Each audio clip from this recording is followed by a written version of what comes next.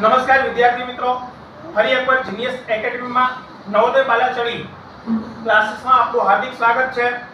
અવયવ અને અવયવીની અંદર સૌથી પહેલા છે આપણે જોઈ ગયા હતા, આની પહેલાના આગળના વિડિયોમાં જોયું હતું વિભાજ્ય અને અવિભાજ્ય સંખ્યાઓ વિશેની માહિતી મેળવી હતી। અવિભાજ્ય સંખ્યા એટલે જે સંખ્યાના માત્ર બે જ અવયવ હોય તો આવી સંખ્યા છે ને આપણે અવિભાજ્ય કહીએ છીએ।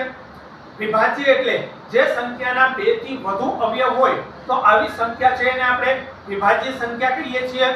1 થી 100 સુધીની આપણે અવિભાજ્ય સંખ્યા કઈ કઈ આવે છે એ એકવાર આપણા વિડિયોમાં શોર્ટ વિડિયોમાં જોઈએ।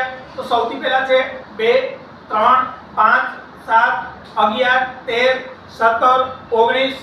ત્યાંથી આગળ આપણે જોઈએ 23 29। ત્યાંથી આગળ 31 37। ત્યાંથી આગળ 41 43 47।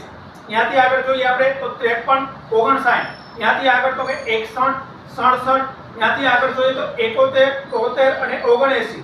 ત્યાંથી આગળ તો 83 અને 89 અને છેલ્લે 97। તો 1 થી 100 સુધીની આમ કુલ 25 સંખ્યા જે અવિભાજ્ય છે, બાકીની 74 સંખ્યા છે એ વિભાજ્ય છે અને માત્ર એક સંખ્યા જે અવિભાજ્ય પણ નથી અને વિભાજ્ય પણ નથી, જેને આપણે વિશિષ્ટ સંખ્યા એવું તરીકે ઓળખીએ છીએ। અસ્તુ, જય હિન્દ।